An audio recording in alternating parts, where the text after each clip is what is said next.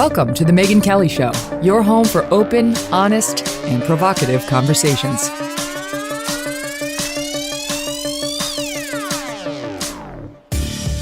Hey everyone, I'm Megyn Kelly. Welcome to The Megyn Kelly Show. Andrew Cuomo's out. It happened. It actually happened. He resigned.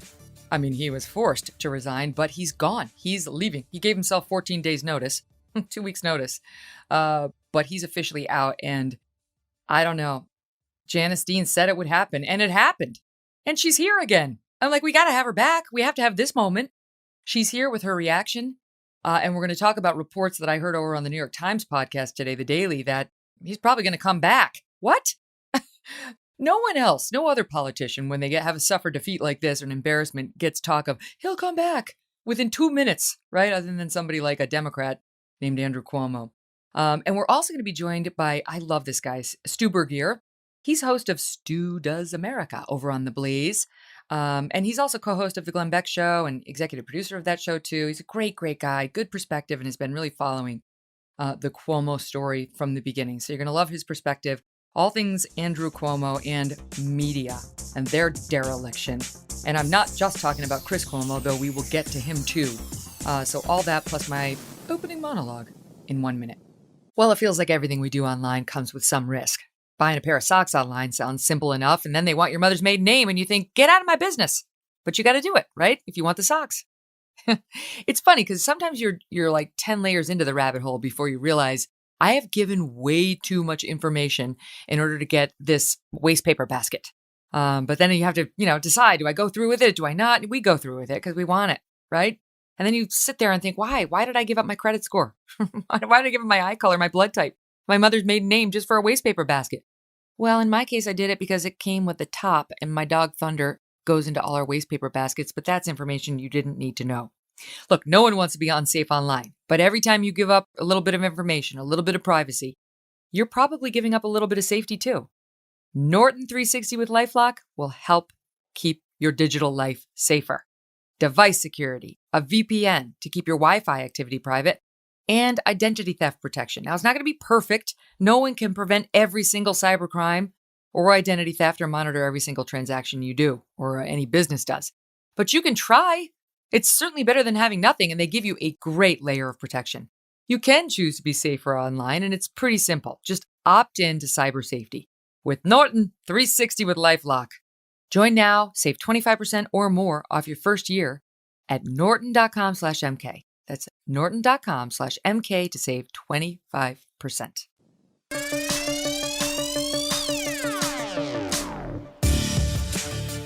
He's done. After 3 terms in office, an Emmy, a $5 million book deal with a reported $18 million in the bank, and only 1 year after he was lauded as the future of the Democratic Party, Andrew Cuomo's out as the New York governor and one of the most powerful politicians in America. Good. He resigned yesterday in a stunning turn of fortune after he realized he was out of options. The president had turned on him. The centrist New York Democrats who had been backing him turned on him. The Speaker of the Assembly made clear that the impeachment trial of Mr. Cuomo for the alleged serial sexual harassment and abuse of women would go forward in weeks, not months.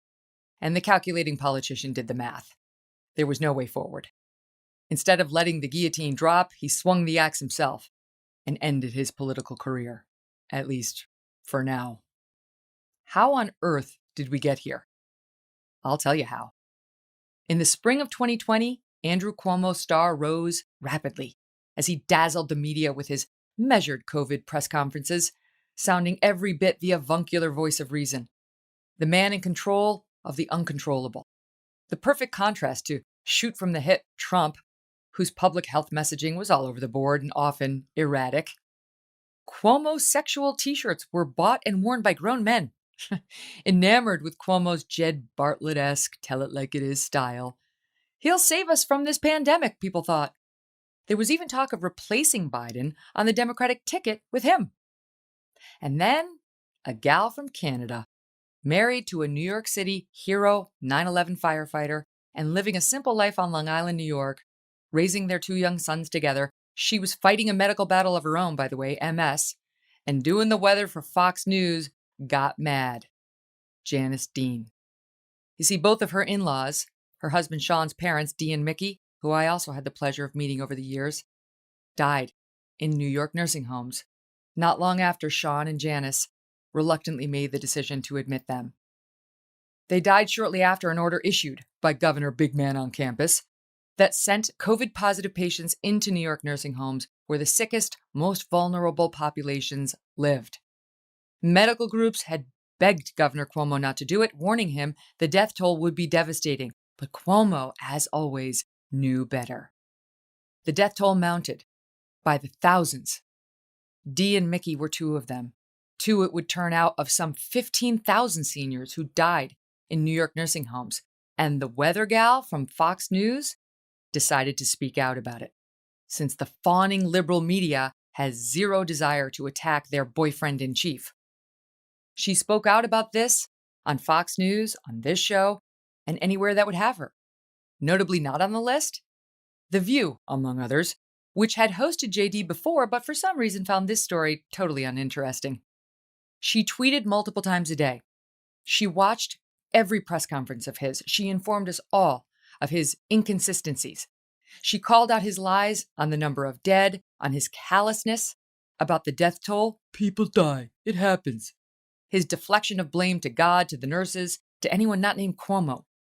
She had allies in men like Ron Kim, Democrat from New York, whose relative, his uncle, also died in a New York nursing home. He later admitted that his own speaking out led to vicious bullying from Cuomo personally. But those allies were few and far between. People like Soledad O'Brien, Matthew Dowd, then of ABC News, attacked Janice. She was diminished by so many as just the weather gal. Even the governor's top aide attacked her as, quote, not an expert in anything but the weather. She wouldn't stop. She was like a dog with a bone. Even Sean, a very private man and good friend of mine, eventually asked her, honey, when are you going to stop this? Never was the answer, because it's not how she's built. She couldn't, because no one else would talk about it. Sure, Fox News, right, and some conservative media. But ABC, NBC, CBS, please. CNN? Well, CNN went a different way entirely, lionizing Andrew Cuomo on his brother's show in the middle of all of this, joking night after night about who mom loved best, humanizing Andrew, trying to make us all love him. No hard questions, just a celebration of his alleged brilliance and leadership. The Cuomo brothers, raised in enormous privilege, afforded it yet again on a national stage in a gross dereliction of journalistic duty that CNN will never live down. After long last, the Attorney General of New York finally got involved, took a look at the nursing home numbers, and confirmed everything Janice had been saying, that Cuomo had lied, that he had been undercounting the deaths to protect himself politically. His top aide even admitted it privately to top Democrats. Still, the press and New York Democrats had little interest in the story. And then came a woman named Lindsay Boylan in December 2020 with the tweet that would mark the final chapter of Cuomo. Lindsay Boylan, who worked in the governor's office for a period of time as a young, fresh-faced aide, revealed that she had been sexually harassed by him, that he had kissed her on the lips against her will, asked her to play strip poker with him, been told by her boss that Cuomo, quote, had a crush on her. And not long after that, in 2018, Boylan then left Cuomo's office. Boylan was attacked, smeared, diminished, called a liar by Cuomo and his henchmen and women, but she never wavered. And we now know that behind the scenes, the governor was getting help smearing Lindsay Boylan from people like the executive director of Time's Up. Time's Up. Not to mention the Human Rights Campaign. These are woke organizations meant to hold the powerful to account, working to ruin Lindsay Boylan by, in the case, for example, of HRC, leaking her personnel file, which the HRC president, a former aide of Cuomo's, had. And in the case of Roberta Kaplan of Time's Up, helping the governor in his response to Boylan's allegations. Their first instincts: side with power, attack the women, destroy Lindsay Boylan. And they did try. But then came others.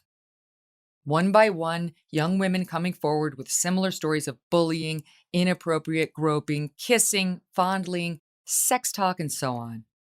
And then the AG, Letitia James, was back again Yes, Tish James, who definitely wants Andrew Cuomo's job, his defenders are not wrong about that, began another investigation, farmed out to two independent investigators, one of whom had gone after Cuomo before. And still more women and witnesses came forward, ones who had never spoken publicly before. An executive assistant who says he groped her behind and then her breast under her blouse. A state trooper whose stomach he allegedly rubbed, among other things. A woman on a rope line whose chest he pressed into repeatedly with his finger. Cuomo, for his part, dismissed it all as overreactions or untruths or misinterpretations. Listen to him yesterday, trying to normalize his decision to touch that female state trooper's stomach.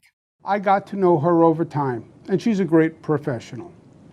And I would sometimes banter with her when we were in the car. We spent a lot of time driving around the state. This female trooper was getting married, and I made some jokes about the negative consequences of married life. I meant it to be humorous. She was offended, and she was right. The trooper also said that in an elevator I touched her back, and when I was walking past her in a doorway, I touched her stomach. Now, I don't recall doing it, but if she said I did it, I believe her. At public events, troopers will often hold doors open or guard the doorways. When I walk past them, I often will give them a grip of the arm, a pat on the face, a touch on the stomach, a slap on the back. It's my way of saying, I see you. Sure. Women, how many times has your boss rubbed your belly? Men, how many times have you done that to female colleagues? Please. This is what he does. Try to normalize it. And by the way, then blame the women. That's what he did to Janice Dean, to Boylan, to all of the women.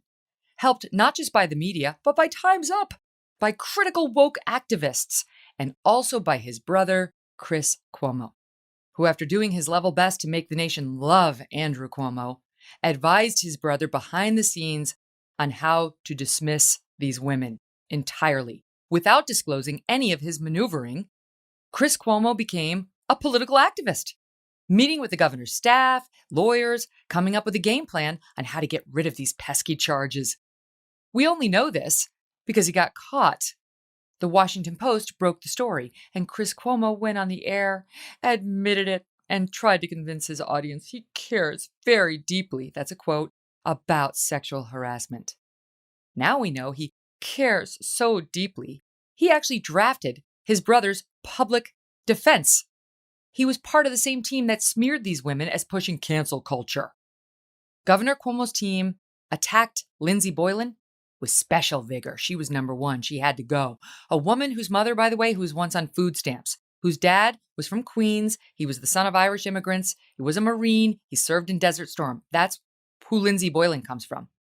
Not anyone with connections, not anyone with family power. Everything Lindsey Boylan earned, she'd earned on her own.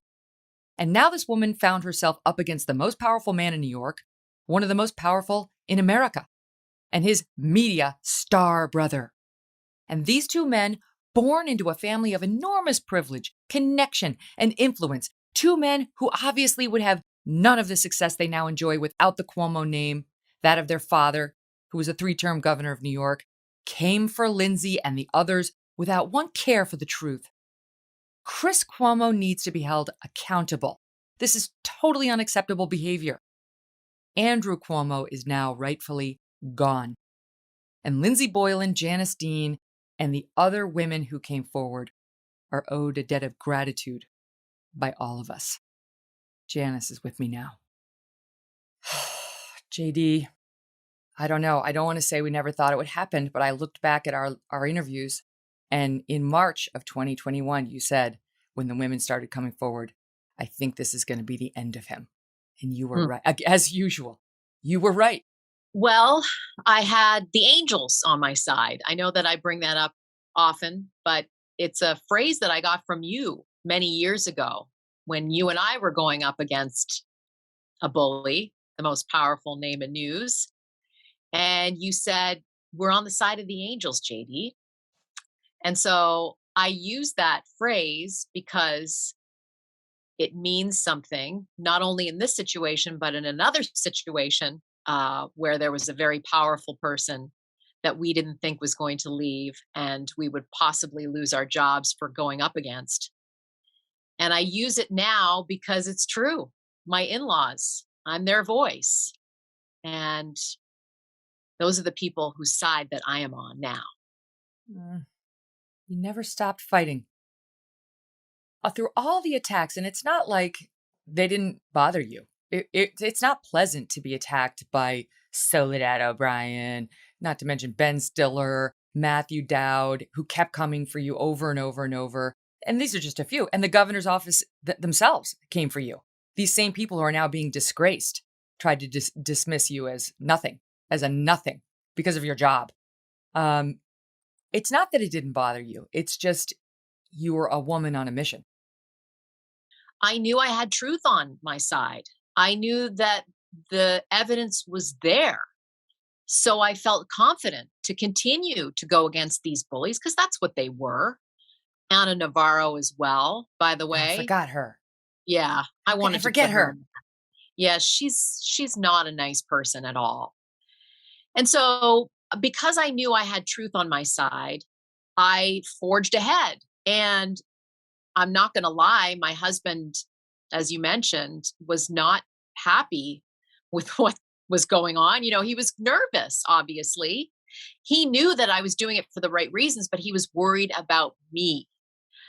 And I don't know what kept me going. I like to say it was my in laws that kept me going and they gave me strength every day. But I think, you know, we've discussed this before. I've had building blocks of getting to this point, right? I think if I was a 25-year-old that just moved to New York and had this happen, I would never have the strength to go against the most powerful politician in New York State and somebody who wanted to be a president. And I always thought to myself, even if he doesn't leave office, but he's wounded enough that he doesn't seek higher office, then what I did was justified. So to see him yesterday step down, which I was surprised he did because he's, you know, dug in his heels for so long.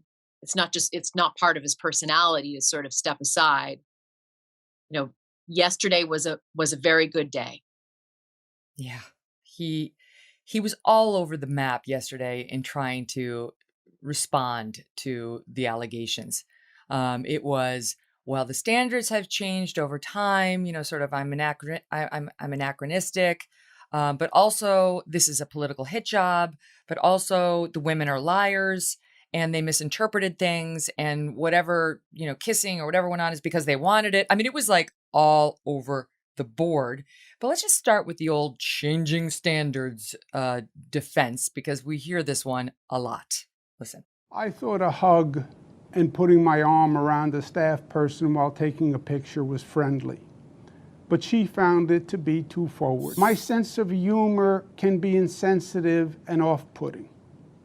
I do hug and kiss people casually, women and men. In my mind, I've never crossed the line with anyone.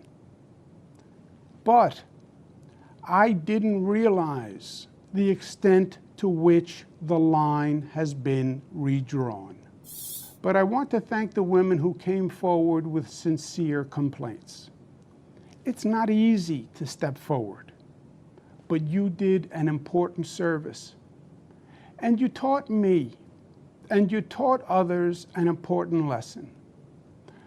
Personal boundaries must be expanded and must be protected. Okay. The line moved. This is basically the same as when an old boss from the 1960s would get in trouble by today's standards for calling someone sweetie. That's basically what this is. You know, he's always blaming others, though. I mean, I've been covering him now for a year and a half, and he never fessed up to the nursing home stuff. You know, it was always God and Mother Nature and the New York Post and Trump and Fox News and political. It's political. And So I'm not. even the nurses, he will blame it Yes. on people who have far less power than he does. And at one point, he even blamed the nursing home residents. They're old. They're going to die. I mean, I listen, I think the guy actually has a personality disorder. I don't think he has any capability to be empathetic in any situation. What you saw there was his best, you know, actor. He's like De Niro, his Hmm. hero trying to act his way out of a terrible situation.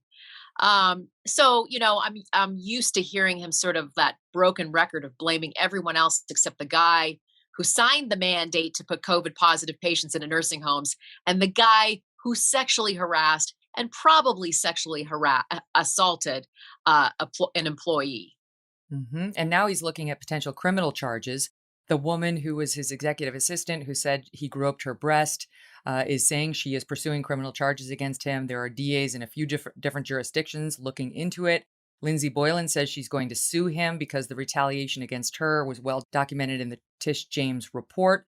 But I'll tell you what, JD, I listened to The Daily, the New York Times's podcast that they put out every day this morning, and there was talk over there about how he's not done.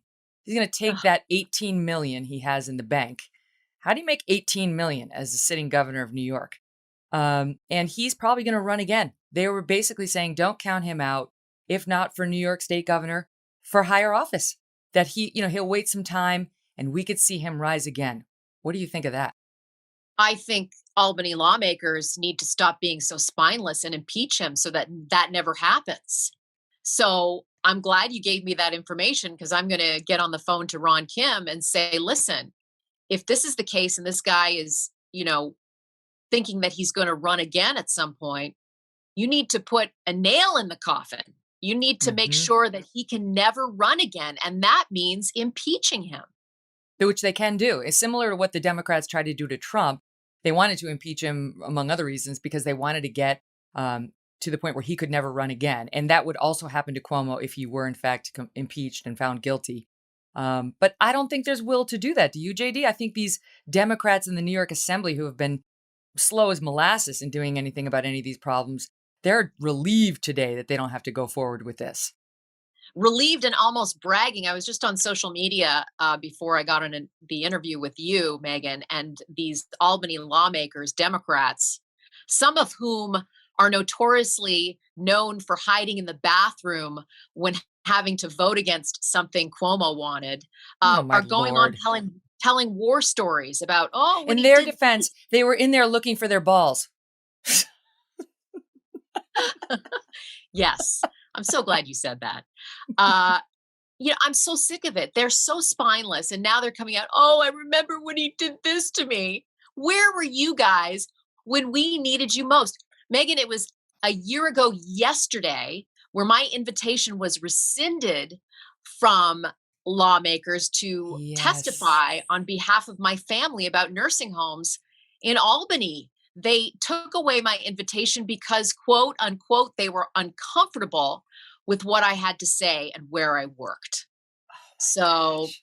yeah, I mean, from the very beginning, these people tried to silence me, and I won't ever forget that. That's right. And today, when you look at the media coverage today, JD, it's so disingenuous. All these left wing papers and left wing TV shows pretending like they sound like they knew it all along, that he's a bad guy and he had to go. It's like you played defense for him for 14 months. This result was forced upon you by the Attorney General's report. You came to it kicking and screaming, even as media people. Don't try to fool us that you somehow support him being deposed in this way.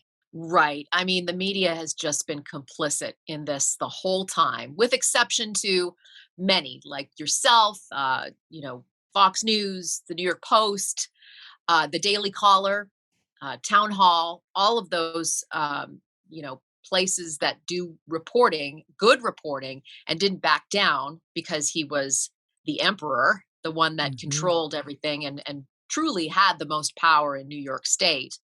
They didn't back down. Even Chuck Todd yesterday, right afterwards, right after the guy leaves, he's like, I'm paraphrasing, but he'll be back. I don't see why he wouldn't try to seek office again. And Oh I'm my just, Lord. please, You know what? He's and he's lobbying right now probably to get Matt Lauer his job back, get Andy Lack back at the top of NBC. That's how Chuck Todd right, sees the world. Yeah, they'll come right. back. Sure, why not? Well, the Chuck Todd, hi. If you're listening, I'd love for you to give me a call so I can give you a rundown of things that you never reported on and things that actually the governor might go to jail about. Right. Well, and so that's the other question, right? We've talked all along when this first broke with the women, you were torn because you really wanted to see him held to account for what he did on the nursing homes. And it's insane. We've talked about it before that 15,000 dead seniors doesn't seem to register with the populace, with the media, with the Democrats in control in New York, but 11 women saying that they've been inappropriately touched does. Not in any way to diminish the women. It's just one story caught fire and the other one was totally buried and ignored intentionally. So how are you feeling about it today? I've always said I don't care what, takes him off the stage. I am in full support of these women, and I've become close to these women as well. I don't think that this would have happened without them. I think it's terrible what they went through. And I've used the analogy about Al Capone going to jail for tax evasion. It wasn't for the Mhm. really deeply corrupt criminal stuff. Yes, what they did could be construed as criminal and assault and all of that. But when you talk about over 15,000 elderly and the fact that he put infected patients into nursing homes where the most vulnerable reside and then covered it up to sell a $5.1 million book. I mean, listen, the apples and oranges here. And so I don't care what ultimately makes him leave the building. But I do want these investigations to continue because he does need to be held accountable. And, this morning we had Ron Kim on Fox News in the morning with us. It was the first time I had seen him, via Zoom, and I got Aw, choked up because aw. I'm so grateful to him. It's not about politics. He's a Democrat, and I'm sure we disagree and agree on things when it comes to politics and what happens in the world. But when it comes to our connection about what happened to our loved ones in nursing homes, like his uncle, the story he tells about his uncle helping him come to the United States, help his family come to the United States. It's quite a story he tells. And so I'm grateful to him. And I feel like I have an ally of him in a world where I really need their support, and he can be somebody inside of there to say, this Mhm. is what we need to do, and let's do the right thing. Yeah, because right now he's going to go off, I predict, into private practice, get a job with a posh law firm, make a few million bucks a year, and say, oh, changing standards. I just didn't understand. As if men who are 64 years old elsewhere don't know not to grab their executive assistant's breast underneath her blouse or squeeze her bottom and hold his hand there while doing a selfie or touch the chest of a woman who comes to meet them in a rope line or rub a state trooper's belly who's just trying to protect him, this creep who pulled her over onto his detail before she was even allowed to be there. She was so young and inexperienced, but she clearly caught his eye. Right. So like he's going to go off into private practice and be like, oh, changing standards. And maybe in 5 years, he says, I'm going to throw my hat back in the ring for national politics. And unless these legislators or those who are investigating him on the nursing home scandals do something more, it's possible. I don't think he has a lot of friends right now. If there was the possibility that he had allies, I would think that there was more of a possibility of that. But I think he's burned so many bridges, and so many people have stories of corruption. Ronan Farrow has an article out about some of his terrible misdeeds several years ago. I haven't read it, but I'm sure if it's Ronan Farrow and he's writing about um, Andrew Cuomo's misdeeds, it's probably pretty lethal. So listen, he doesn't have many friends, and he doesn't have anywhere to go or to hide. And all of the people that work around him are jumping off the ship like rats. So I don't know if he comes back from this. Mm. Um, but I suppose if you're Andrew Cuomo, you probably think you can survive anything. Well, let's talk for a minute about the Me Too aspect of it because there are people now defending Andrew Cuomo, asking, saying this is a political hit job. Even our friend Tucker, we both love Tucker, was saying, Lindsey Boylan, where was she? Why didn't she come forward earlier? And there's no question that some politics are involved in this. Whenever a politician finds himself in the Me Too lens, you got to ask what the politics are. Tish James does want his job. One of those guys who did the report had gone after Andrew Cuomo in the past on other scandals. So it wasn't completely independent, even though she wasn't doing the investigation herself. That's true. But I don't see how you dismiss all these women as political operatives when there's no evidence of that. And honestly, the thing about Lindsey Boylan, think about it. You know as well as I do. You're working for the governor of New York. The guy was singularly powerful in this state in a way we hadn't seen in recent history. And even though it was post Me Too, post Roger Ailes, post Harvey Weinstein, 2018, when this allegedly happened to her, you have the same fears. No one else is going to come forward. You're going to be left twisting out there by yourself. He's got all the power. I've got none. He's a huge bully, huge bully.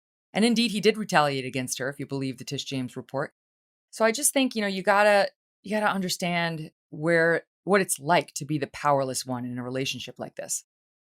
Absolutely. And I love Tucker as well. And he certainly helped me with, bringing my voice into the open about the nursing home issue. Tucker was the one I went on his show the day after I decided to come forward with my story.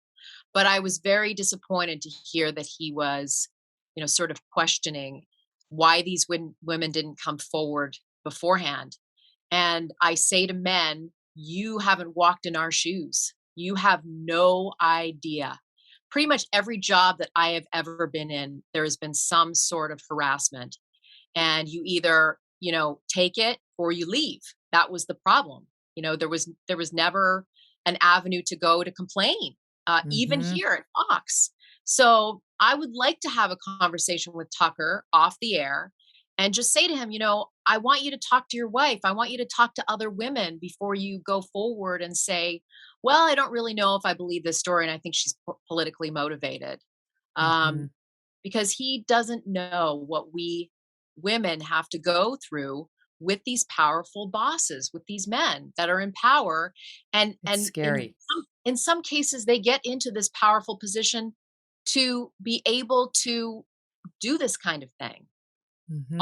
Think about Safely it. If enough. he's got grown men and their families in tears with his threatening and bullying, think of how it'd be for a young executive assistant, for example, to Yes. try to cross him. And think about Lindsey Boylan, who wanted a future in Democratic politics in New York, what she's thinking. Like, no one's going to believe me. He's going to kill me. And sure enough, when she came forward, we now know that the governor's office, according to Tish James, went to this guy who's now running Human Rights Campaign, this woke organization that fights for LGBTQ issues, and said, hey, give me her personnel file because that guy had once worked for the governor. And he did it.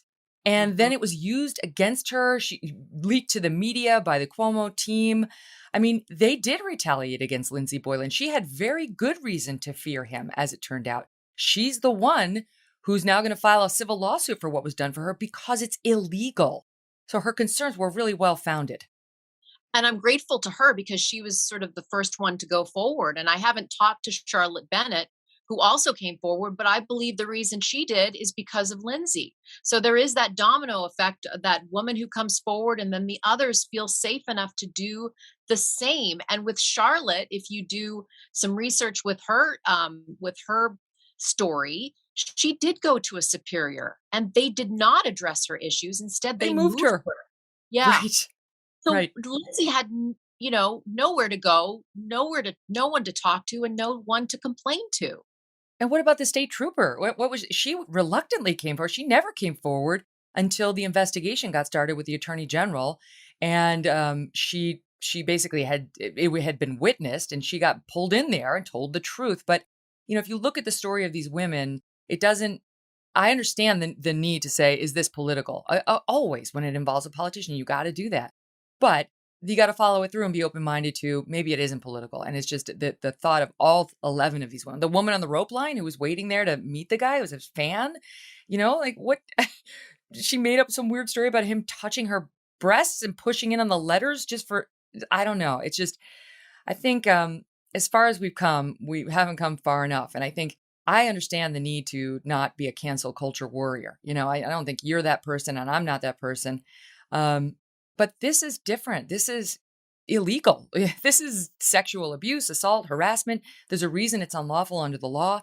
You can't put people, whether it's a woman or a man, in lower positions of power in the position of having to lose their job or go along with somebody fondling them. That's just an impossible place. Yes. And, I have to say this in Tucker's defense and other men who, have felt like they have been wronged by the system. Tucker's been falsely accused of harassment as well. So I can Yep. understand why some of these men have a lot of questions. Well, is their story real? Because I've been attacked and people have come after me for false accusations. So I get that. I get that men are, certainly weary and afraid that some women will not tell the truth. Yeah. But there is a pattern of behavior with this governor. And so we can't ignore that. Well, I think about it too from not just a legal standpoint, because I'm a lawyer and due process is owed to those being accused, but as a mom of two boys. I have two boys and a girl, as you know, you're the godmother of one of those sons, and you have two boys. And I don't want them to find themselves in a situation when they go off to college or after where for it doesn't even have to be political. It could just be vindictive reasons. Let's say a team of women, 3 or 4, whatever women decide, let's get him. Let's say they turn out to be just big personalities or sort of arrogant, God forbid. But if they do, they could be targeted.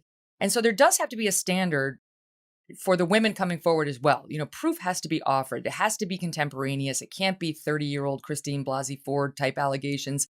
These were very recent in time. They were witnessed by other people. There was a full-fledged investigation where Cuomo was allowed to defend himself. And I think if this goes to a court of law, the standard will be much, much higher, much, much higher. I don't see anything happening in a court of law, to be honest with you, in terms of these potential criminal charges. But this was a court of public opinion. And people are free to believe that Tish James report versus Andrew Cuomo's lengthy defense, which is in writing too, or not. And it turns out in this case, virtually everyone sided against him. Mm-hmm. And listen, I wonder if there wasn't the other charges of the nursing home and the other abuse of power, using state resources to give out friends and family COVID tests to his friends and, to his friends and family, including Chris Cuomo, and using state resources to drive to his home in the Hamptons and then actually do the test and then drive upstate to get the test, done. That takes hours to do that while nursing homes couldn't test incoming patients. So the abuse of power doesn't just go to the harassment, it goes to the other big investigations into this governor. So if it was just the sexual harassment, obviously there would be a case to be made. But I think the fact that there are all of these other piles that this governor has left in his wake that kind of speak to the character of this person. And I think the Me Too stuff is easier for lawmakers to digest and to get him on than the really corrupt, awful stuff that he could potentially go to jail for. So there it is. There's the rub, that the politics certainly are at play, but it's most likely the politics and his own allies wanting to dump him on a story that will play in the media and is easy to point the finger only at him on. Because let's face it, I see Cuomo like a big giant, like a strong giant, kind of a monstrous figure standing over the city of New York, right? And he was untouchable. You could never bring him down. Those humans below slinging their little arrows at him. But what happened with the nursing home scandal was you, Ron Kim, and others who just wouldn't let it go weakened that big giant. The legs had taken too many hits and he wasn't standing quite as strong anymore. And those around him were starting to get worried that he was going to go down and take them with him. And then the women came along in this airplane and took shots from up above, and he was just weak enough that he went down. Whereas if it had just been the nursing homes or it had just been the women, it wouldn't have happened. And so those politicians kind of used the women's testimonials to to get rid of a guy who was becoming deeply problematic for the nursing home and related reasons you just listed. Absolutely. I think the nursing home issue also implicates a lot of other powerful people, lobbyists, Medicaid, Medicare, the rot that is underneath the floorboards when it comes to our nursing home system here in the United States, which is corrupt, I believe, that needs to be cleaned up and overhauled. They didn't want to get into the weeds with that stuff because, again, it would take down big people, a lot of money. So they thought to themselves, well, here's something that we can, really use to our advantage.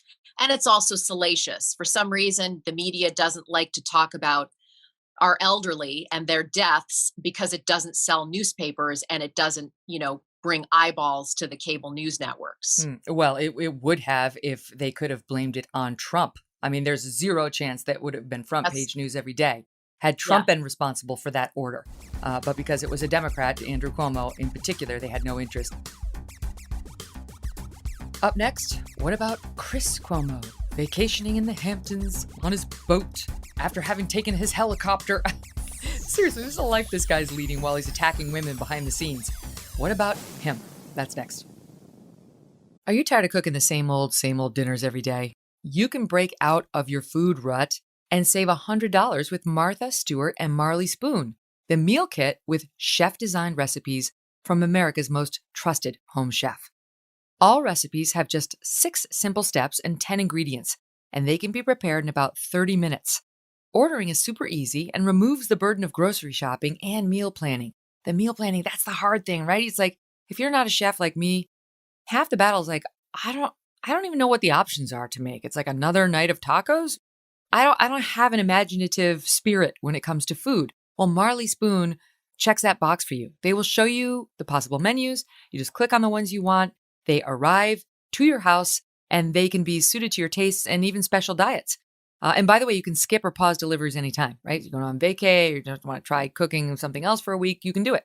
They'll make it super easy. And they make it possible every day of the week by delivering a variety of recipe options. They range from breakfast to dinner to desserts. They feature both the classic flavors you love and new and exciting ones that you may want to discover. So, if you are tired of the same old, you go to marleyspoon.com for a variety of chef-designed dinners from Martha Stewart. And the Megyn Kelly Show listeners will save $100 off their first 4 orders. I got that for you. Just use the code Kelly. That's the code Kelly, K-E-L-L-Y. And imagine eating deliciously different chef-quality meals every day of the week. Martha Stewart, Marley Spoon will make it possible. Go to Marley Spoon, M-A-R-L-E-Y spoon.com today.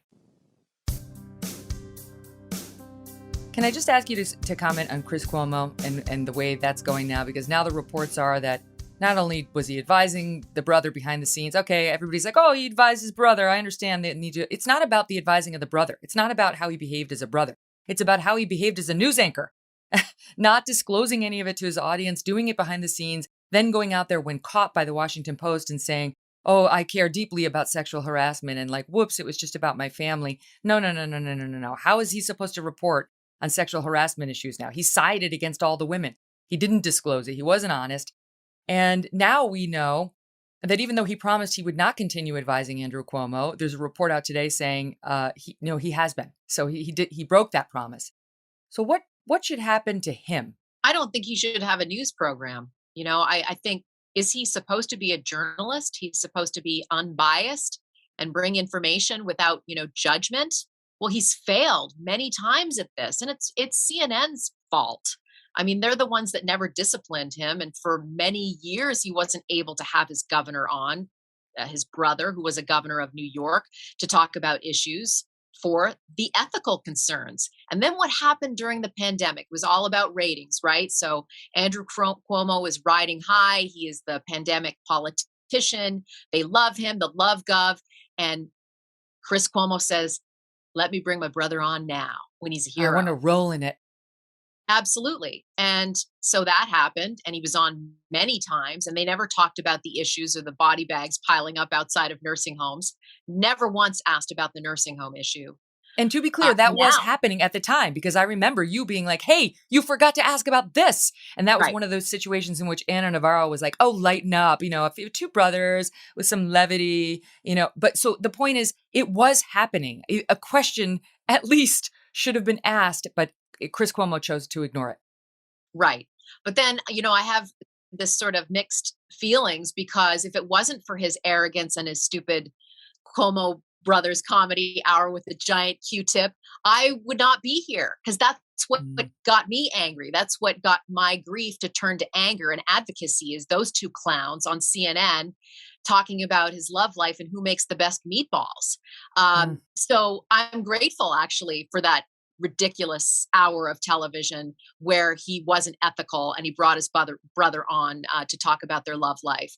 But now we fast forward to today, where his brother has taken a week off. How interesting the timing. He takes the week off where his brother steps down, and doesn't talk about any of the issues. After, for months and months and months, that's all he did was bring his brother on to talk about no issues that were happening in New York State. I think CNN should fire him. I really do. There's enough there, and actually, he's involved in some of these investigations by advising his brother and giving him advice, and actually telling him that maybe he should perhaps retaliate against some of these young women. So he might be implicated. So I wonder if that's going to sort of unfold. But I think you and I know well enough that CNN is probably not going to do anything at all. The thing that's really bothering me about it, that I can't get past, is I grew up in New York State. I lived my whole life in New York State and in Albany, which is the seat of power for most of it. And the Cuomo name is like gold. They're the next generation Kennedys. Mario Cuomo was totally beloved. I mean, he ran for president. They really thought he was going to be president. But within the state of New York, absolutely adored. So they're part of a political dynasty, these two kids, now adults, Andrew and Chris. I don't believe they would have achieved anything near what they've achieved had it not been for their Cuomo name, their connections, their privilege, their, growing up around powerful people and having those folks to help them out later in life. And just the name itself opens doors. Just ask any Kennedy, they'll tell you. And so they're in these enormous positions of power and privilege thanks to that name. And when things are going great for Andrew Cuomo, and he looks like the world's leader, Cuomo-sexuals and all, Chris wants to revel in it. He wants to roll around in it, and he has him on, and it's basically forgive the term, circle jerk. But that's what happened. These two are on the air, fondling one another figuratively about how amazing they are. And then remarks were made by Chris Cuomo towards his brother about how you're the greatest politician ever and so on. And he wanted the glory for himself as well. And Andrew knew just where to go to celebrate only what was being portrayed as his accomplishments. All the negative ignored, not even touched on, as people were dying. Mickey and Dee among them, dying. And now that the shoe's on the other foot, now that, it's hit the fan, they go underground. Now I can't cover my brother, clearly. I can't touch the scandals, obviously, because I'm biased. Now he goes underground. Now he goes on vacation. Now we see him in the Post this week on his helicopter going to and from the Hamptons, then on his big boat. All these millions. He reportedly gets $6 million a year from CNN. Why? Again, because of his name. Don't tell me otherwise. The two of them sitting there and conspiring against a person like Lindsey Boylan. Lindsay, whose dad was a Marine, Lindsay, whose mom was on food stamps, who got pregnant with her older sibling at age 16 and had to pull herself up. Lindsay, who's entirely self-made, gets a position in the governor's office, sees nothing but opportunity in front of her, and then gets kissed on the lips by this creep, told he wants to play strip poker with her. No one's claiming that's like a rape, but trust me, it's extremely diminishing and jarring. And it's a fall for a woman where she thinks she's coming up on her own merit only to realize it's something else. The thought of these two jerks using all that power and privilege against someone like her and all the other women, the executive assistants, the cop, it's infuriating to me. How can CNN not answer for that? How can they ignore that like it's nothing? How can a law firm hire Andrew Cuomo and say generational conflict? Bullshit. Something more must be done. Chris Cuomo has to speak to this. Jeff Zucker has to do something about this. I don't know if it's fixable, recoverable, changeable in any way, but some sort of accountability must be unleashed. Listen, you're preaching to the choir. I agree on all of that. But what can we change? We can talk about it. We can raise awareness, which is what we've been doing. He'll get his karma eventually makes its way around. And sometimes it takes a long time, Megan, but I think I'm old enough to know that it does happen. It doesn't maybe happen in the way we want it to, but even if it's at the end of their lives and they have to go up to the pearly gates and knock on the door and someone comes and says, you have some things you need to take care of before you get in here. Mm, I think you just have to, it's like, I can't take the weight of the world on our shoulders, right? We just have to know that somewhere down the line, do you really think that Chris Cuomo is a happy guy? I tend to think no, probably not, right? no, definitely not. I don't know him or his family. But somebody like him who's kind of gotten away with stuff because of his name all of his life, at some point something's going to happen. Something's got to give. And we might not see it in our lives or on television but I do believe that eventually your actions come back in Mm. ways that maybe we will never know. I have to say, I feel for the guys like Jake Tapper, who, I know that the right doesn't like him. He definitely was not pro Trump, and you could see that in his reporting, but I think he's a decent man. And I've seen him. He did try to ask questions about the nursing home scandal, though he was at CNN. He did speak as the only person at CNN who spoke out about this scandal and Chris Cuomo and said he put us in a terrible spot. It's obviously inappropriate. Can you imagine how frustrating it is for him to look around and see the boss not doing anything about this? I know Jake Tapper. I'm friends with him. We haven't gone out or socialized, but we are friends via social media, and he does text me, and he has been very good about trying to let me know that he's doing his best to bring the situations to light on his network that I've been fighting for. I do feel for him, and I do think he is one of the good guys that has been trying to do good. So for people like Jake Tapper, I'm thankful.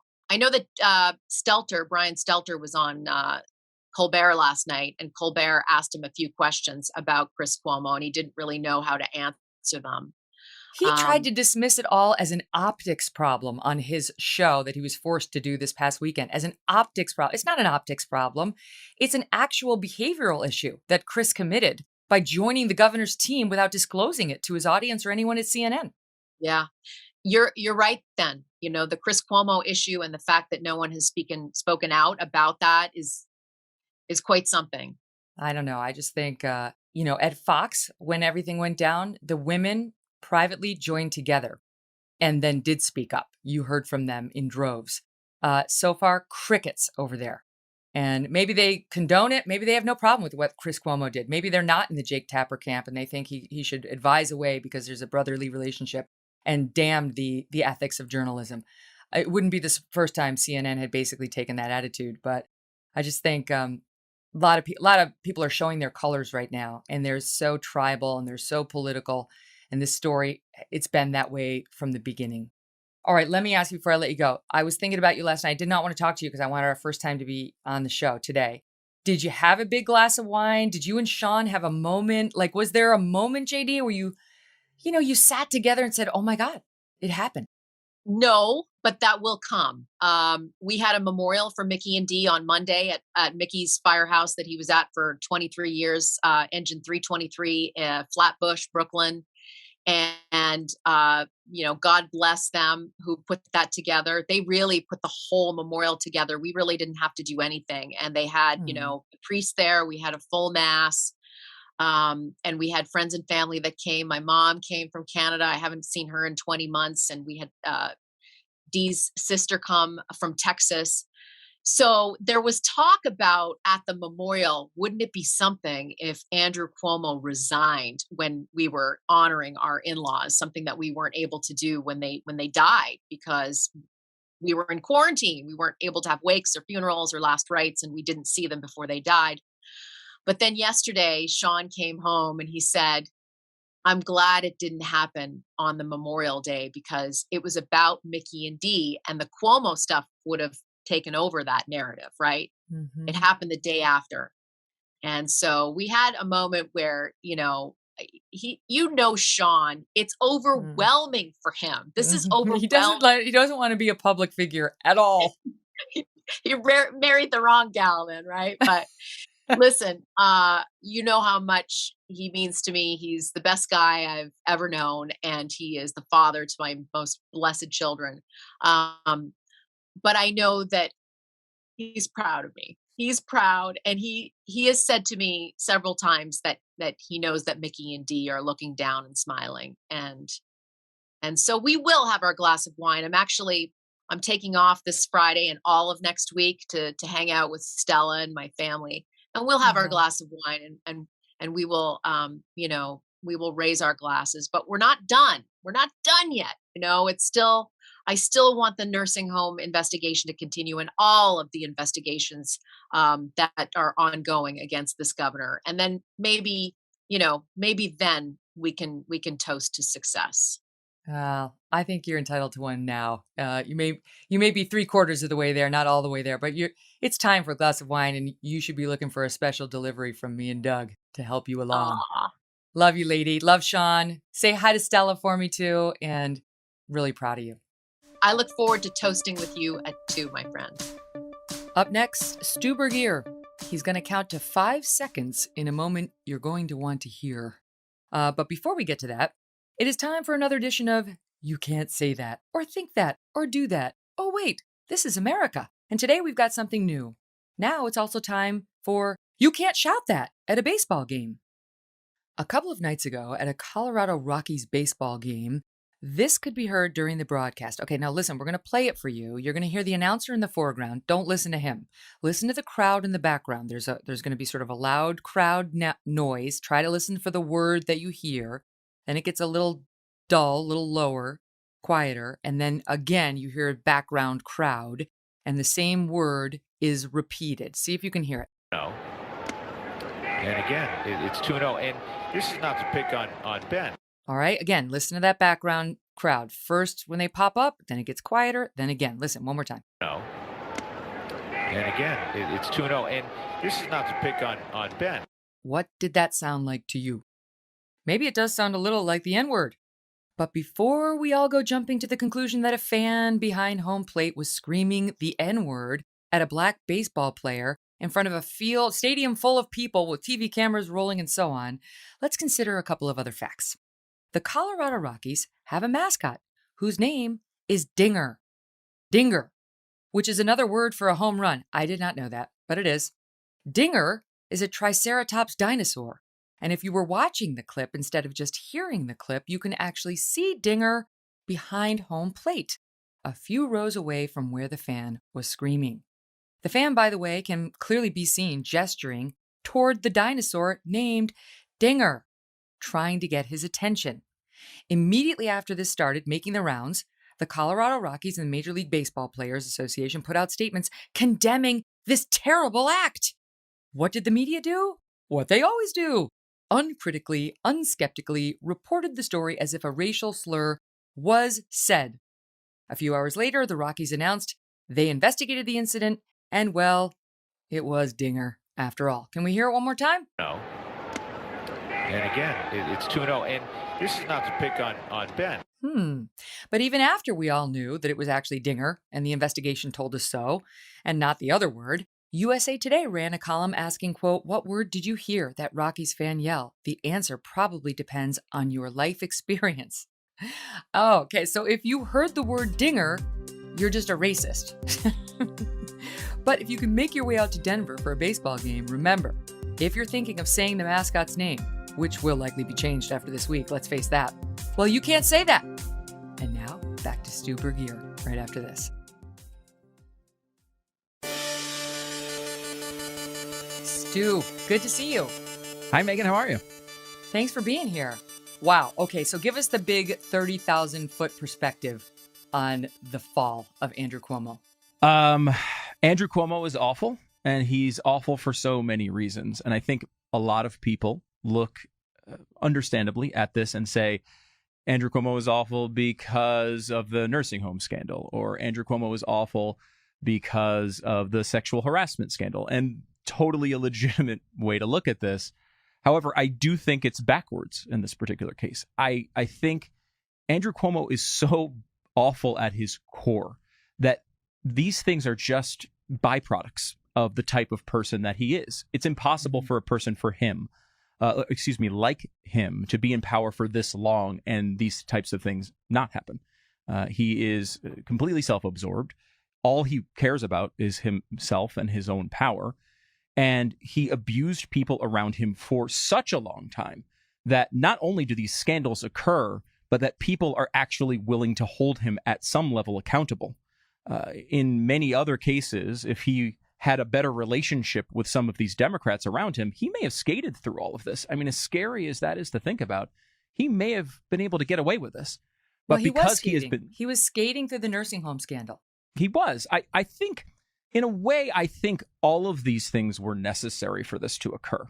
I think you needed not just the sexual harassment scandal, but you needed the nursing home scandal, which in many ways made other Democrats also look bad who defended him. I mean, they were, as you remember, of course, Megyn, he was the guy. I mean, they were talking about him replacing Joe Biden on the ticket because people were so nervous about Biden.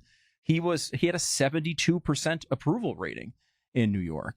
And that type of person doesn't get taken down, I think, by one thing. The fact that he left so many people out there looking so silly for elevating him.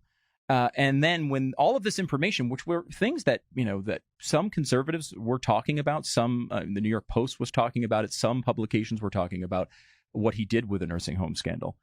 The fact that that was out there and it seemed like some conservative evil attack after this wonderful governor, America's governor, and the fact that all turned out to be true and backed up by Democrats that he appointed really, I think, took a toll and set the stage for this series of events.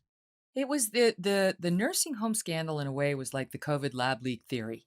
It was not to be reported on. It was not to be discussed. Only cranks were discussing such a thing. How can you blame deaths in nursing homes during a pandemic on a governor? This is totally unfair. And it's like the normal journalistic instinct is to say, is it unfair? Let me bring my skepticism to this story and every story and any claim by a governor that he's done perfectly and see what I find. And you would have found what the attorney general found, which was he issued this order over massive objections from the medical community saying, don't do this.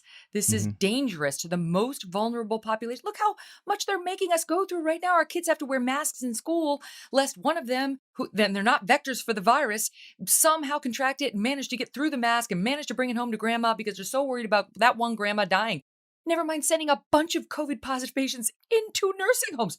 It's so clear now. No interest in it. Yeah, it really is fascinating. I was talking to someone about this and they were like, well, remember, this is March of 2020. We don't know a lot about the virus. Lots of people made mistakes. And that is actually true. I think there is a legitimate level of grace that should be allowed for public figures at that time in particular who didn't know everything about COVID. But stop and think about what this quote unquote mistake was.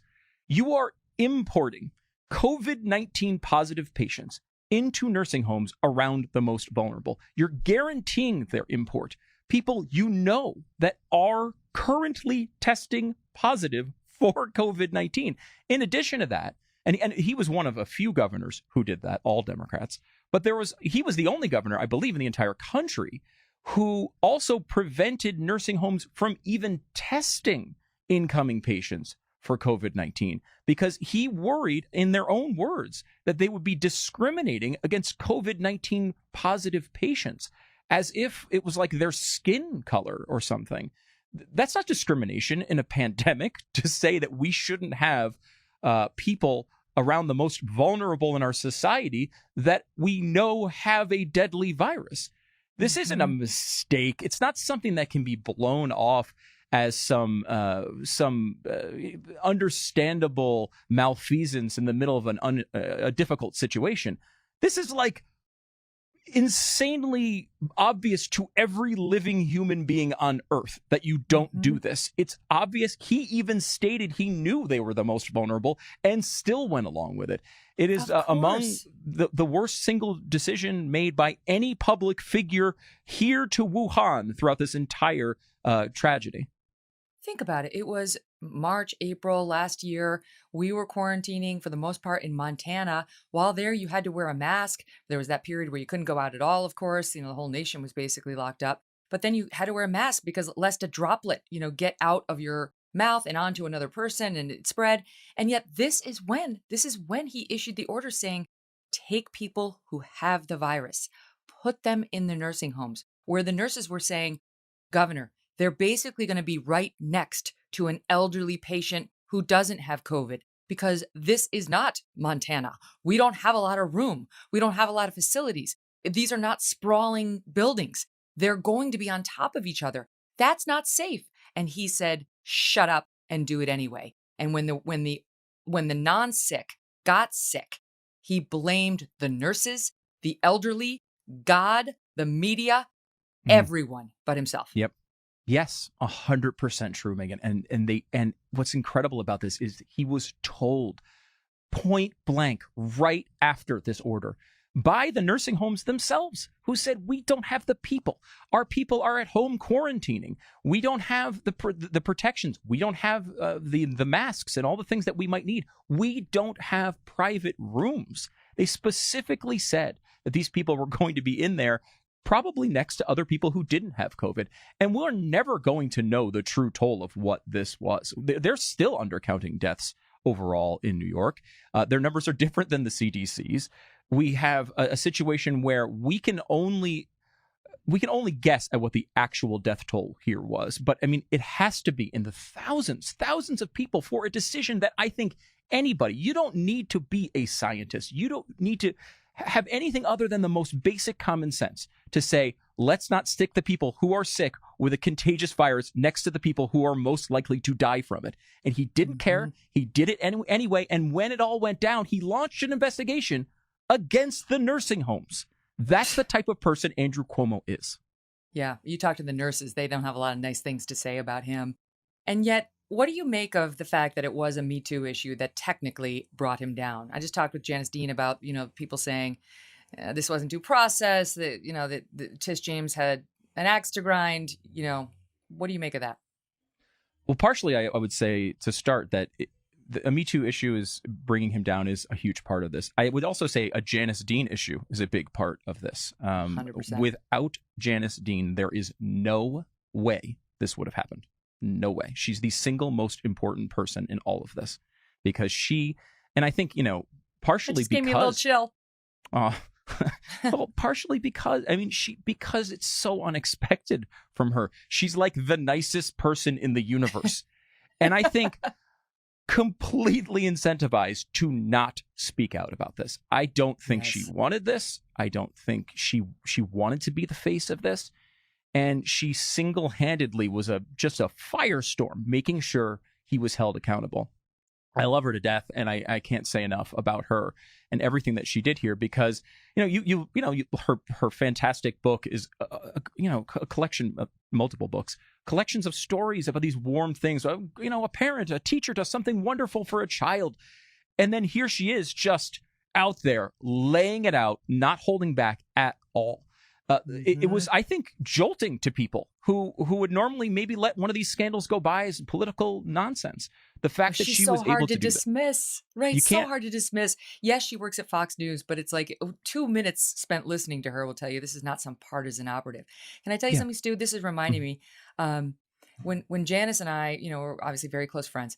When we were talking to one another about the Roger Ailes investigation, which was so supercharged. It was before there was a Me Too movement. Everyone was scared. We didn't know what to do. We knew what the truth was, but we didn't really want to go talk to investigators and all that stuff. And I had gone in, and I knew Janice needed to go in. She had a disturbing story. And the night before she was supposed to go in, I talked to her, and she was like, I can't do it. I don't think we should do it. We have to protect our families. She doesn't make a lot of money. She's a meteorologist. She has a nice living, but her husband's a firefighter. She's a meteorologist. She's not basking in $18 million like Governor Cuomo is, according to what I heard this morning. she's like, we have to protect our families. I need my job and I don't want to go against this guy. And I totally got all of it. And I think about that version of Janice, who, by the way, did go in. She had a moment of doubt, but she got up the next morning. She went in. Sean and I were talking to her, and it was funny because Sean had the infamous line, "The Long Island Railroad is depressing," because she had written it home and sort of decided, I can't do this. I'm like, JD, I'm getting you a car. You're taking a car service in. Anyway, it's been such a journey for her, right? So to go from that woman to like all these people, the CNNers, the actors, the Soledad O'Briens of the world coming for her, she just wouldn't be stopped. No, I mean, it really is a powerful story. I mean, and now it's been multiple times in her life. I mean, it might be what she's here to do. I mean, it really, another really chill. does. You're getting me today, Stu. I mean, it's a tough one to look past. I mean, her role in this was so incredibly important. And she would be on the cover of Time magazine if she worked anyplace other than Fox News. It's a great point. It's a great point. And I think that's, of course, you've seen, I know you covered the people who tried to dismiss her in that way. She works for Fox News. What does she know? They tried it. It did not work. And I think it works against most people at Fox. I mean, it worked at Fox for a while, and it worked for a lot of people. You could kind of dismiss, it's Fox News. What can you do? Janice is able to overcome that. That's not common. I mean, she's uncommon. I would say that. To your question about Me Too, it's interesting because it's such a central. It's why I keep looking at it this way, where these scandals individually are byproducts of who he is. You look at the scandal of Me Too, and yes, he was. I read the report. I'm sure you read the report. There's a lot of detail in there about a lot of things that he did that were completely wrong and terrible. But it really wasn't just a report about sexual harassment. It went much, much deeper than that, to the point where people in his office were continually terrified of him. And the people who were accusing him were terrified of him. It was about ruining the lives of the people who did accuse him. A lot of people keep saying, all right, well, these were Democrats that were actually bringing this report, which is a big deal. There's also Democratic accusers, people who their livelihood was wrapped around the Democratic Party and the Democratic message. People who loved him. People who loved him, who said it was their dream job to work for him. People who came out just to shake his hand on a line to meet a politician and wound up getting groped in the middle of it. I mean, It's not every little piece of this, Megyn. It shows that he's just a bad guy from beginning to end. And I don't know, without all of these pieces together, if this could have happened. You needed the Janice Deans of the world to step up and be brave and call all of this out. You needed the women who were Democrats, who had to fear for their own livelihoods, who had to fear for how they would be treated in the press. We've seen what people like Melissa DeRosa did to them in the press, and other aides close to Cuomo. She's his jackal. That's how I refer to her. Also, that Rich Azzopardi. What's his last? Azzopardi. He's the one who dismissed Janice. She's not an expert in anything but the weather. How you like me now, Rich? That's what Janice should be tweeting. It's true. And that culture was everywhere. And eventually you wind up hiring people who are willing to go along with this. And so he had enough of those people around to keep these voices quiet for a really long time. But eventually they were heard, and thank God. It's such a good point. One of the accusers who only came forward to the attorney general, and sweet gal, she actually issued an apology to the other women saying, I'm sorry I didn't come forward earlier, which is totally unnecessary. I mean, it's such a complicated issue for any target of sexual harassment to decide, for her personally, whether to come forward. But anyway, she gave an interview to CBS this morning and talked about, and this is his executive assistant. She's listed in the report as executive assistant number 1. Now she's come out as Brittany Camiso talking about Governor Cuomo and what he did. The hugs at first were hugs, and then they were hugs when he would pull me close to the point where he could feel my breast on his chest. With my right hand, I took the selfie. I then felt, while taking the selfie, his hand go down my back onto my butt and he started rubbing it. Not sliding it, not, quickly brushing over it, rubbing my butt. I became so nervous that my hands were clearly shaking. Came back to me, and that's when he put his hand up my blouse and cupped my breast over my bra. I mean, I know people want to dismiss this as like, where were these women? All right, this is a young woman who she only reluctantly came forward when the AG got involved. She has no axe to grind. It's not like she'd been bitter and fired and, it's just a young woman just trying to make a career in Democrat politics as an executive assistant. Really tough to dismiss. This isn't a situation. And I say this with all due respect to the Trump accusers, but they hated Trump. Most of the women who came forward hadn't worked for Trump, hadn't been total loyalists to Trump.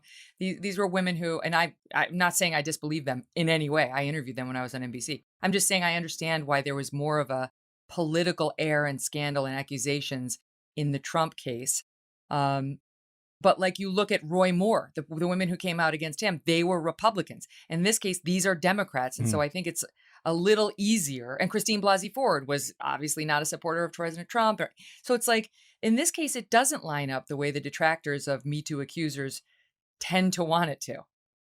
Yeah, I think there's real reason to treat anything with real political consequences with some skepticism. I mean, anytime someone makes an accusation, the person who's accused really does deserve due process. That's not just a silly slogan. That's really, really important here.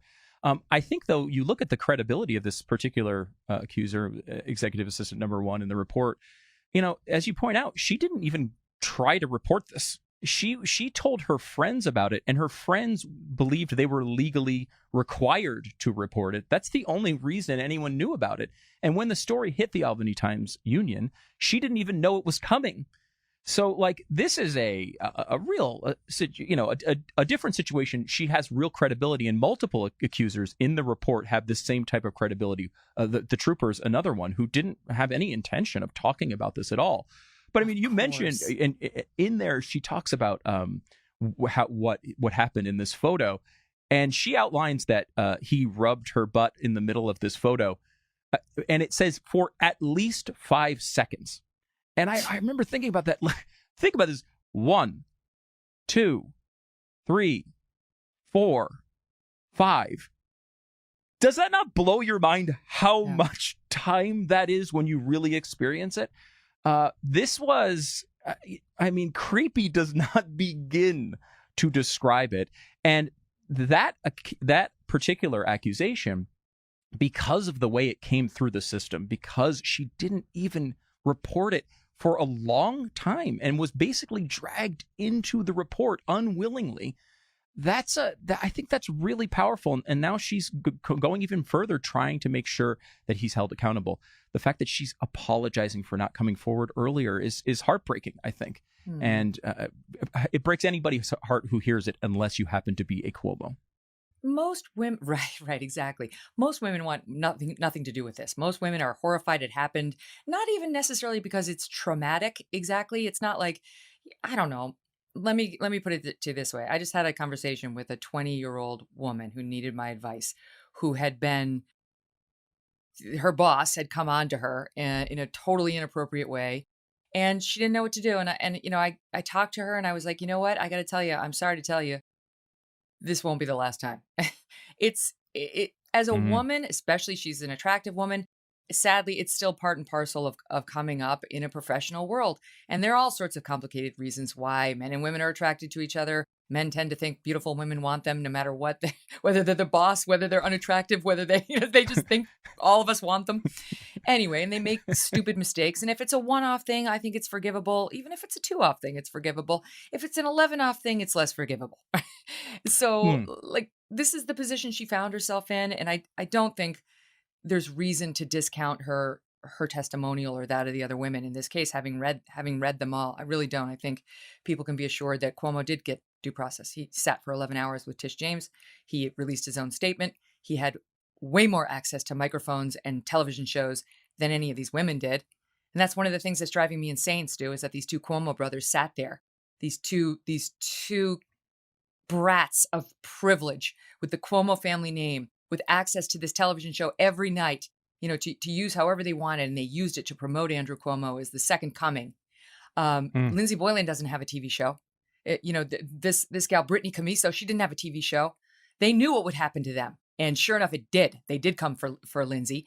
And now this guy Chris Cuomo's underground, right? He's on his boat and he's on his helicopter and he's in the Hamptons, but he won't speak now. Suddenly when the shit hits the fan, he's like, who? Andrew who? Oh, I can't talk about him. He's my brother.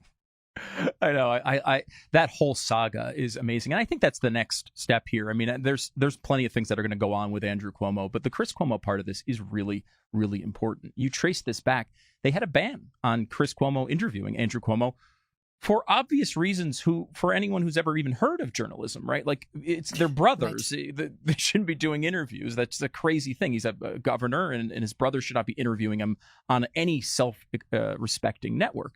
And they lifted that ban at the most important time when Andrew Cuomo was in the middle of this nursing home order fiasco, when he was in the middle of making these terrible decisions during the beginning of COVID. I mean, people look at, it's interesting, especially conservatives tend to look back, at Andrew Cuomo and think, oh, he's this guy, he wants shutdowns all the time. That is not who he was at all at the beginning. Mm-hmm. In fact, he was continually blowing off COVID as if it were nothing. People continually tell me, hey, I understand what you're saying about Cuomo, and yeah, he's done a bad job. But at the beginning, those press conferences, they really were reassuring. Well, they were reassuring because he was continually lying about everything that was going on. He was telling people that he was good at lying, which is a core characteristic of Andrew Cuomo. He would go out in front of the public and say, you don't need to change your life. The worry is much worse than the virus. We have a pandemic of worry in this country. It's not the virus we have to worry about. He said the thing that conservatives were beat up for over and over again, that it was more people die in this country from the flu. This is not SARS. This is not Ebola. He continually downplayed this as if it weren't hurting people and encouraged them to go about living their lives. And while I'm highly critical of mandates and all of the things that wound up developing out of this virus, if there were any time where alarmism may have been the right way to go, it was then March in New York City. And he went the other way.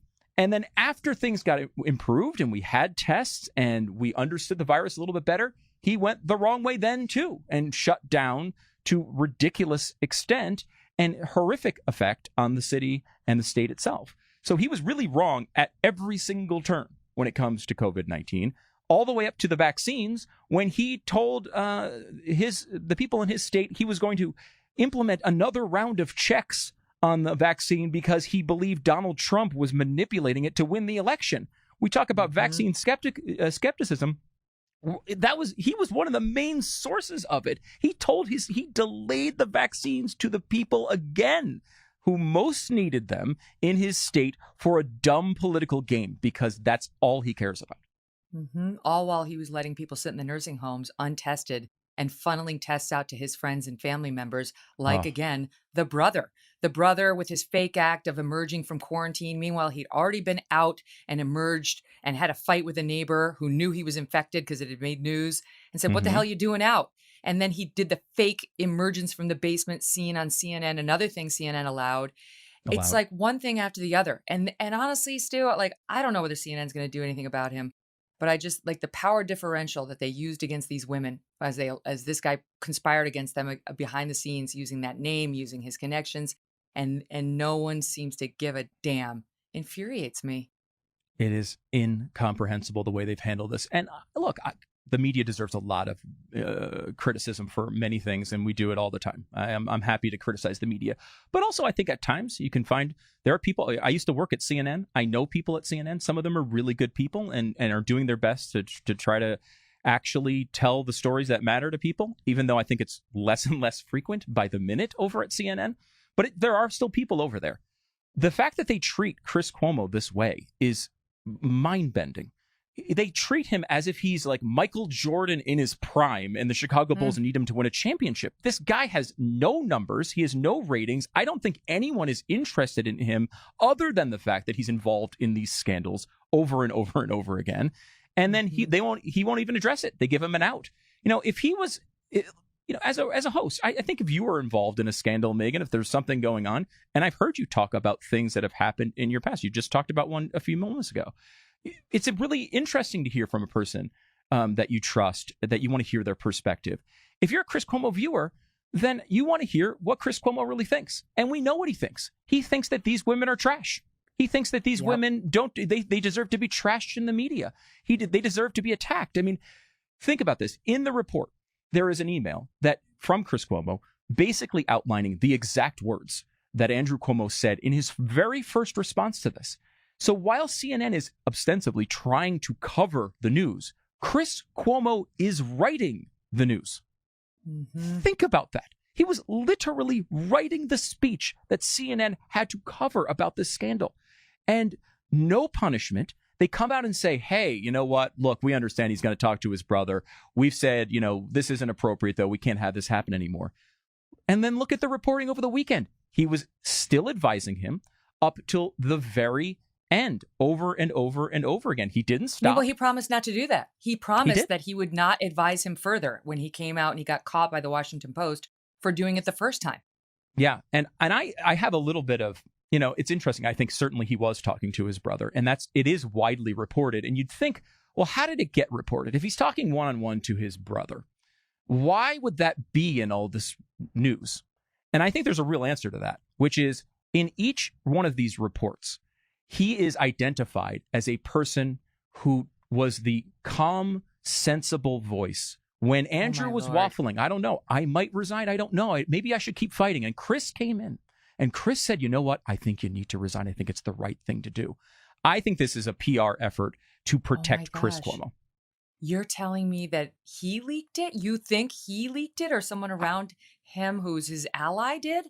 I do. I mean, it was supposed to be an individual conversation between brother and brother. In fact, that is their out in defending it. And that when he said the initial conversation about not being able to advise his brother anymore, the out was, well, he can't be advised in any conversations around AIDS. There can't be any government employees involved. If he's talking to his brother, he's talking to his brother. We can't stop that. So this had to be, by their telling, a one-on-one conversation. How does that make it into every single mainstream press report about this? And the fact that Chris Cuomo just happened to be the voice of reason in this situation.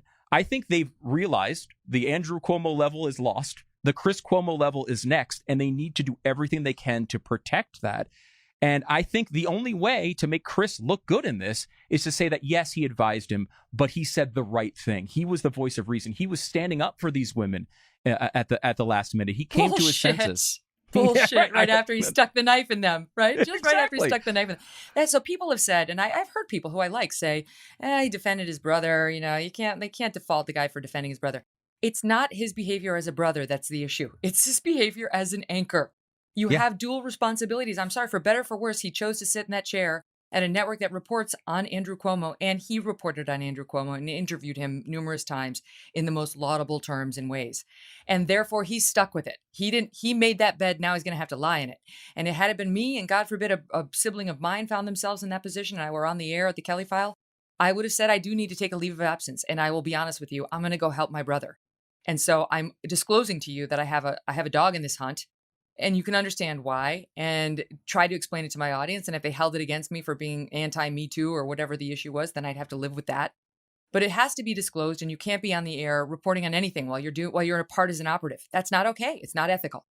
No, it's not okay. And it's especially not okay because of the way they handled it. To allow Andrew to come on the air and be continually praised. And by the way, not just praised, but praised with a real contextual sort of understanding of what the situation was. We kind of look back at those interviews with Chris and Andrew, and you think, oh, well, that's when he took out the big nose, the Q-tip and the nose swab. And you kind of remember these moments. Oh, well, it was a funny laugh. But all of it was built around this idea that everything was going so well for Andrew Cuomo, that he was doing such an incredible job that it was brothers busting on brothers. Like, oh, you think, he says over and over again, oh, you're pretty hot stuff now. I guess you got an answer for everything. You know, now everyone thinks you're attractive all of a sudden. Well, what does that joke mean? It implies that they think he's attractive because he's doing such an incredible job in leading America through this amazing crisis that only he seems to be able to handle. Well, that is a news position. That is a news position. All of the CNN coverage at that time was seen through this prism of Andrew Cuomo is essentially COVID God, and any questioning of what he's doing is not even worth bringing up. It's only worth as a fuel, essentially, for the idiotic Cuomo brothers shtick. And the fact that when things turned badly and we realized all of that was fake, they just gave him this pass to not even mention it. I mean, it would be incomprehensible from the Huffington Post to do this. But CNN is supposed to be a news network. They're supposed to be the ones with all the credibility. And they have just abandoned it. Yeah. So can I ask you about the Time's Up role in this and the guy who runs HRC, the Human Rights Campaign? I mean, that guy's one thing because he's supposed to be a woke activist and he worked for Cuomo and he had, I guess, Lindsey Boylan's personnel file. So I don't excuse anything he did, but I'm just saying his organization is meant to promote LGBTQ rights. Time's Up is all about sexual harassment. That is literally the reason they were born, was to fight on behalf of victims of sexual harassment. And what we now know is Tara Reid, who I interviewed, told me at the time, she went to Time's Up when she was accusing Joe Biden. They told her they wouldn't take her case because it involved politics, which turned out not to be true. Then she later finds out that Anita Dunn, who's on the board of Time's Up, is advising Joe Biden, is basically his comms director behind the scenes. And they didn't want to take it because it was Joe Biden. That's, of course, why. And now we find out that this woman, Roberta Kaplan, who's the director, that Cuomo's office went to her and said, hey, would you help us take a look at the draft of the letter we're going to release, or the statement we're going to release about Lindsey Boylan? And she was only too happy to oblige. She's now been forced out, but too little too late. That organization has been embarrassed out of its knee-jerk instinct need to be close to power. That's an incredible piece of this. It really is. I mean, first of all, it's fascinating to see that multiple women, I mean, DeRosa's another, that were forced to step down before Cuomo actually did. In this, the Jackal. The Jackal went. The Jackal's exactly. gone. Roberta Kaplan went before he. That was one of the things that, like, he had to go now. You can't have two women take the fall for all of his Me Too behaviors, and he's still sitting in the governor's mansion. Yeah, and I firmly believe, by the way, that this was not a resignation. This was Andrew Cuomo only seeing that he had no other path. I mean, this is only self-preservation. It's not a resignation in that he thinks it's better for New York or thinks it's the right thing to do. This is the only way I can get through this. I know I'm going to get impeached. I have to step down. So even calling it a resignation, I'm uncomfortable with. But Time's Up and some of these other organizations, you realize how fake this stuff is. You realize so that fake and so political. Of it, they don't believe word one of it. You know, I was listening to your great interview with Andrew Sullivan the other day, and you talked to. It was fantastic, and he's great. But in the middle, you and Steve Krakauer, your producer, talked about this clip from Sharon Talk. Osbourne, The Talk. Yes, I had not heard that clip. It blew my mind listening to it. Crazy. The off-air comments about what they really felt about this, this accusation that Sharon was some big racist. And they seem to basically admit, I don't really believe this, but I kind of have to say it because if I don't say anything, I'll get beat up in the media. The same thing with the LeBron James advisor in the ESPN saga, where he was saying this stuff, this Me Too and Black Lives Matter, it's driving me crazy. And I really do think a lot of this is real. And you think about media like yours, for example, independent media, The Blaze, we do this as well here, at least we try to, where we're incentivized to say the thing that is uncomfortable. We're incentivized to say the thing that we mean, even if, a good chunk of our audience might hate us that day. But that's our job to do that. And you realize that the average person has almost no ability to be able to speak up in these situations. They feel as if every piece of pressure is against them telling the truth of what they really believe. Even at these high levels of media, they don't even feel that they can be honest with their own audiences. And that is a tragedy, I think, for a country that values free speech the way we do. But it also tells you a lot about these political organizations that just tend to line up with their side of the aisle over and over and over again. This is not a coincidence. Don't leave me now. We got more coming up in 60 seconds. Take a look at what happened to Tara Reid. Speaking of what the establishment can do, they dug so far into her past, embarrassed her or tried to with her bankruptcies. So she doesn't have a lot of money. If you have ever had a period where you don't have a lot of money, it's hard to pay your bills on time and you can get really bad credit and you might even have to declare bankruptcy. I used to have terrible credit. I have family members who have been facing bankruptcy over the course of my 30 plus years as a grown up. It happens. Doesn't mean you're a liar or a bad person. Tried to make her sound like she didn't graduate from school. And Ryan Grimm of The Intercept has done very good reporting on what actually happened there. Of course, the mainstream media will never touch it. But I mean, what? Then you wonder, like, why wouldn't Lindsay Boylan come right forward? Well, what?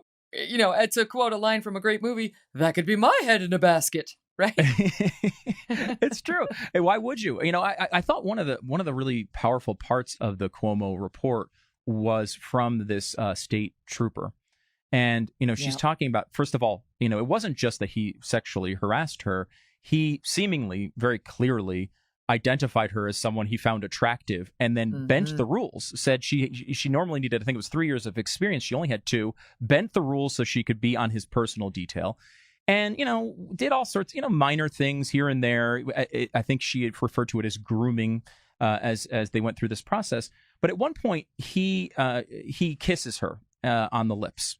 And another officer sees this happen and comes over and says to her, wow, well, he's never kissed me on the lips before.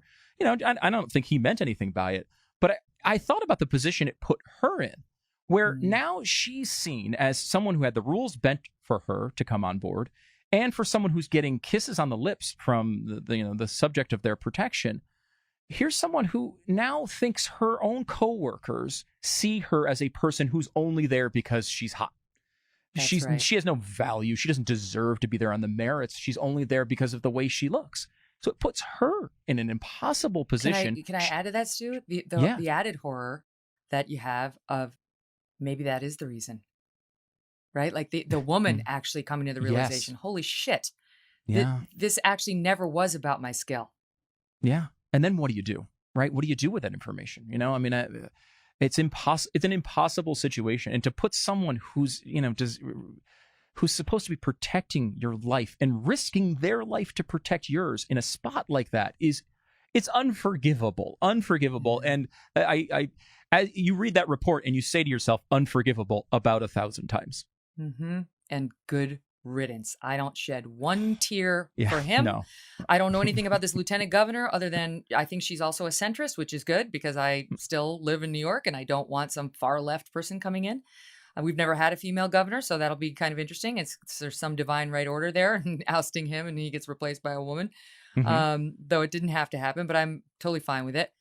Last question. What do you think happens to Andrew Cuomo? Because I mentioned this to Janice, but the Daily, the newscast, the podcast, the Daily was saying he could very well come back. There could yet be a future for Andrew Cuomo in politics.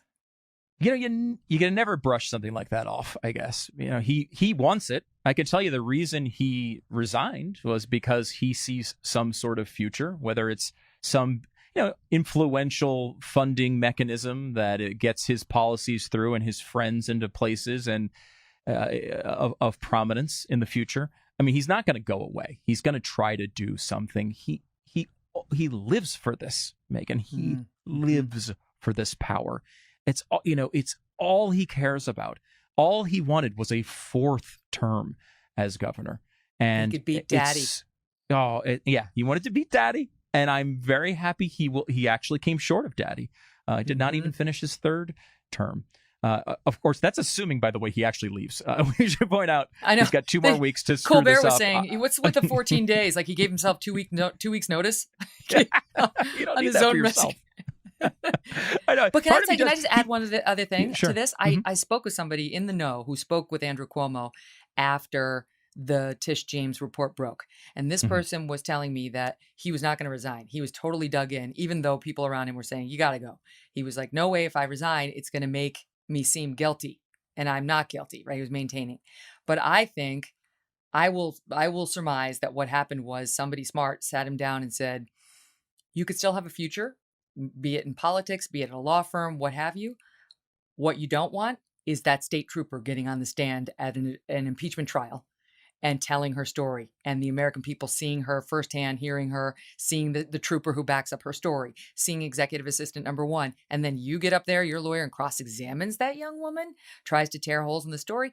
You don't want that. That you can't come back from. So just leave now while it's still, cultural, generational. I didn't mean anything by it. And that excuse in particular is so infuriating. He's acting as if I mean, when did people think he got into office? Like he wasn't like, well, Gladys from the steno pool just came by and I gave her a little goose on the rear end. Like that, he came into the office in 2010. Like, what era are you talking about here? I never in a point where I've been a steno pool. Like never at a point. This isn't Mad Men here. I mean, never at a point that I've been alive do I remember any of that type of activity being appropriate or accepted or justified. It's no. When it's happened. Thankfully, it's been called out more recently, and we've come a long way, thank God, in that stance. But he acts as if he's acting in another era that no one is familiar with. He's 63 years old. I mean, I don't know. Is that an average age of a governor, I would say?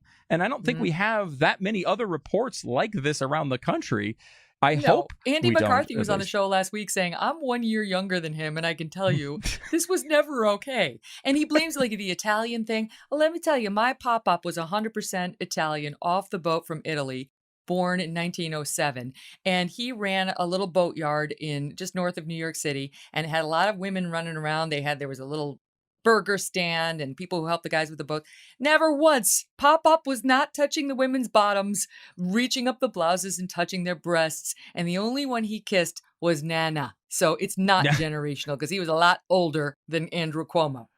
Yeah, and he was one of these guys that always brought up, like, I don't like these Italian stereotypes. And now he's like, well, groping's pretty much Italian culture. Sorry. Incredible. Viva Italia. That was amazing. I'm going to be laughing for a while about Gladys from the steno pool. That was perfect, Stu. So good to talk to you. Thanks so much for having me on.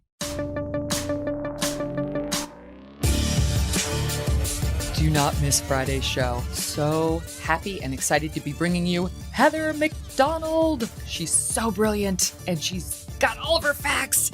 I've read everything she's written and this is well worth your time. If you don't know Heather, you're welcome. If you do, you're welcome. And we'll talk Friday. Thanks for listening to The Megyn Kelly Show. No BS, no agenda, and no fear. The Megyn Kelly Show is a Devil May Care media production in collaboration with Red Seat Ventures.